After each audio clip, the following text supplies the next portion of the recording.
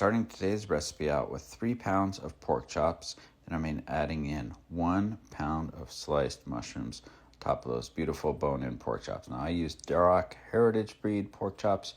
You can use regular ones as well. I just use that Duroc pork because it's supposed to be crate-free, so those pigs can have a little bit more room to roam around while they're still alive before they go into our crock pot.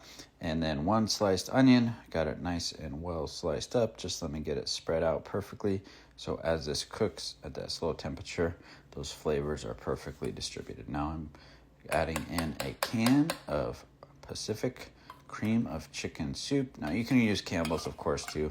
I just use this one. It's got less ingredients than Campbell's. I like that a little bit more, keep it simple. And then 1 can of Pacific cream of mushroom soup as well. Let's see if I can get it to plop out. Give it a little shake. It's not working. All right, let me get the spoon. I give up. Let's spoon it on out. There we go. And there you go. Look at that. Nice big plop. Nice and solid. Let me spread this out so we get all of that flavor to mix so well with the onions and the mushrooms as this cooks. And then next, bring in some seasonings. One of my favorites, some garlic. I'm going to go about 1.5 tablespoons of garlic. We got a lot of pork chops, a lot of vegetables in there. So let's make sure we get a good amount of seasoning on there. And then some paprika to bring in that classic smoke flavor. Just a little bit of spice, going to go very well with the pork chops and the garlic, of course. And then next, let's do some fresh ground peppercorn.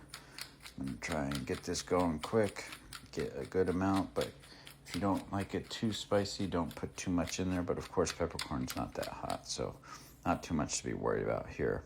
And then, of course, a little bit of salt, some iodized sea salt. And we're just going to go about a teaspoon of sea salt on top of there.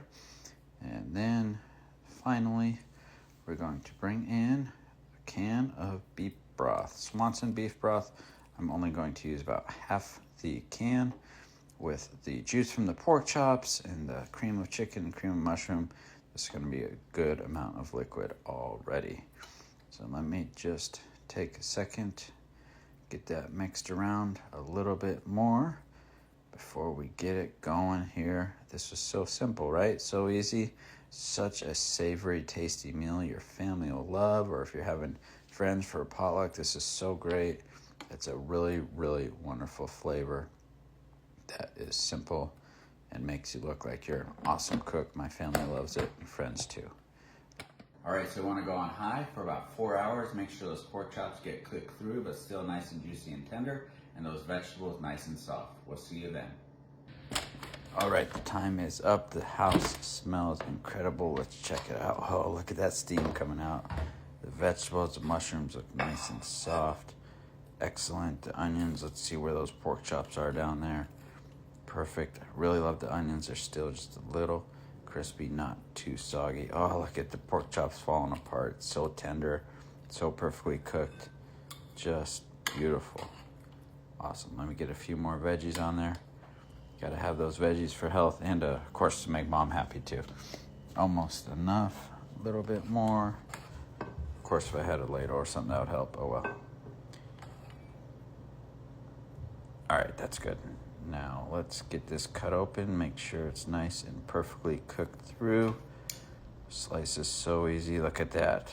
Beautiful. All the juice, too.